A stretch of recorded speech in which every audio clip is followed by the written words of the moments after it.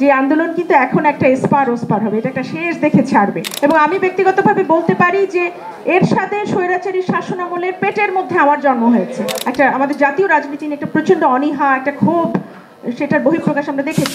যে ছেলেমেয়েরা ছিল তারা কিন্তু খুব রাজনীতি বিমুখ ছিল, তারা রাজনীতি করবে না বা সেই ব্যাপারে একটা আমাদের জাতীয় রাজনীতি নিয়ে একটা প্রচন্ড অনীহা, একটা ক্ষোভ, সেটার বহিঃপ্রকাশ আমরা দেখেছি। কিন্তু তারপরে আমরা দেখেছি যে একটা পুরো জাতি, তার তরুণ জনগণ কিভাবে ভীষণভাবে রাজনৈতিক হয়ে উঠলো। তা আমি যেটি বলতে চাইছি যে একটা বহুত্ববাদী দেশ, সেখানে নানা ধরনের পন্থা রয়েছে, মধ্যম পন্থা, ডানপন্থা, বামপন্থা এবং আরো অনেক ধরনের কিছু। এবং আমি ব্যক্তিগতভাবে বলতে পারি যে এর সাথে স্বৈরাচারী শাসনামলের পেটের মধ্যে আমার জন্ম হয়েছে ওই সময়টাতে।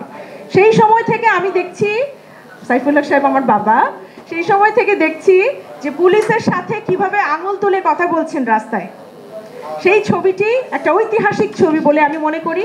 সেই ছবিটি দেখে বড় হয়েছি।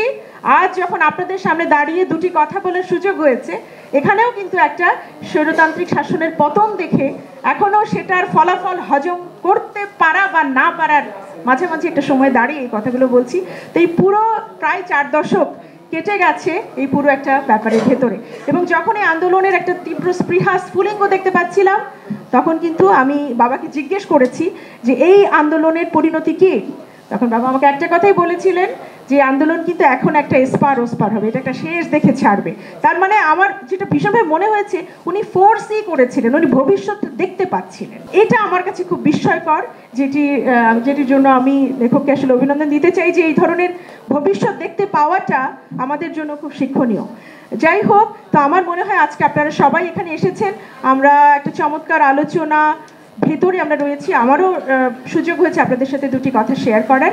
বিপ্লব বলি, অভ্যুত্থান বলি বা পরিবর্তন বলি, সবসময় এটাকে কিন্তু টিকিয়ে রাখতে হয়, একটা নিয়ত চেষ্টা থাকে এর পেছনে। এটা থেকে হাল ছাড়ার কোনো সুযোগ নাই বা বন্ধ করে দেওয়ার কিন্তু কোনো সুযোগ নাই।